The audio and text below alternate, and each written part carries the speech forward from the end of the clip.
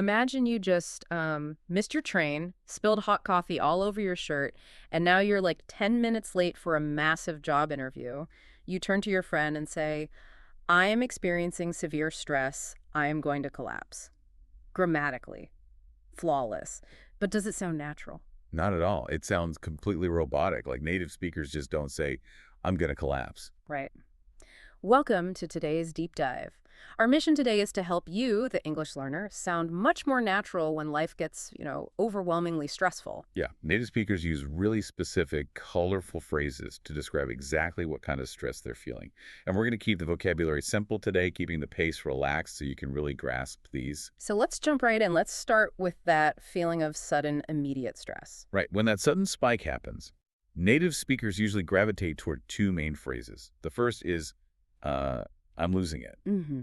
You hear this when someone is just deeply frustrated, like after a 12-hour workday or... Or when your computer crashes right before a deadline. I mean, I always picture losing it like a smartphone freezing up. You have way too many apps open at once and the screen just completely stops responding to your touch. That's a great analogy. But linguistically, what is the it that we're losing? Well, the it is basically your grip on reality or your emotional control. Your mental system is temporarily jammed, just like that overloaded phone. Ah, that makes sense. And then we have the second phrase, which is, I'm freaking out. Wait, freaking out sounds, I don't know, a bit like a teenager from a 1990s movie. Do adult professionals actually use that in real life? Oh, adults use it constantly. Really? Oh, yeah. It describes pure, immediate panic, like standing at the airport counter and suddenly realizing you can't find your passport. Oh, that is the worst feeling. But here is the fascinating linguistic twist with this one.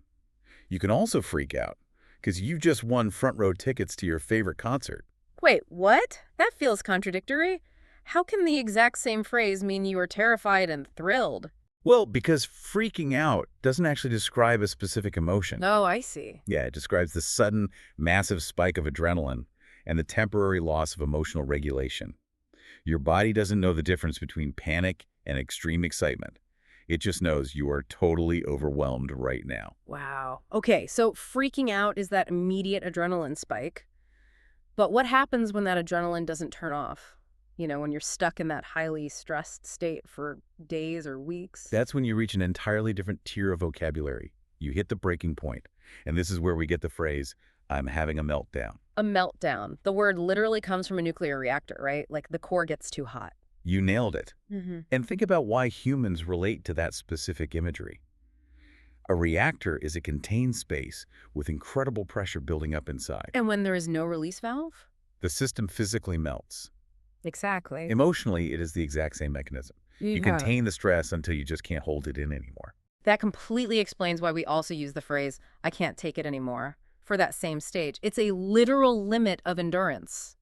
If you have noisy neighbors keeping you awake every single night, eventually... A pressure breaks the container. Yes. And if you want to communicate that same feeling but sound a bit more professional, maybe in a workplace setting, you would say, I'm at my limit. I like that. It sounds very mature. It is. It establishes a clear boundary. You are communicating that your energy and patience tanks are officially empty. Adults who have been working nonstop use this one a lot. Let's put this into a real-world scenario to show how powerful this vocabulary is. Imagine you are facing 3 massive deadlines tomorrow, and your laptop just completely dies. Oh, brutal. Right. You could call a friend and just layer these phrases together, like, I'm freaking out, my computer is dead, honestly, I'm losing it, I am completely at my limit. It flows beautifully. And mastering these 5 phrases won't just help you express yourself. Right. Understanding these words is crucial for actually understanding real, everyday English conversations.